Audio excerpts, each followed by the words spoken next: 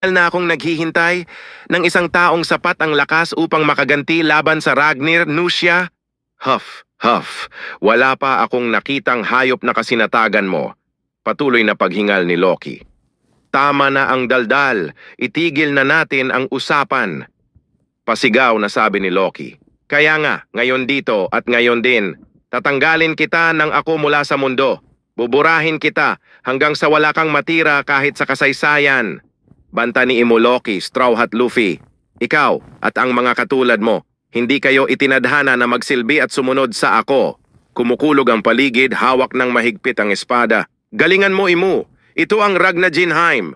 Mula sa langit, dalawang higanting kidlat ang babagsak sa'yo. Hinding-hindi ka makakaiwas dito. Ang mga matatandang higante at mga magulang ay lumalaban ng buong lakas. Kahit na alam nilang mas o hindi pa ganap ang lakas at pagbabago ng kanilang dugo at katawan. Sinasabihan sila ng kasama na mamamatay kayo kung magpapatuloy kayo. Pero sagot lang nila, wala kaming pakialam. Mas gugustuhin pa naming mamatay kaysa hayaang mawala ang mga anak namin.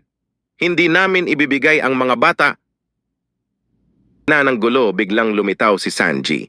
Gulat na gulat siya at napabulalas. Ano ba yan? Anong uri ng nilalang yan? Naririnig din ang iyak at sigaw ng mga batang higante sa loob. Tulungan niyo kami!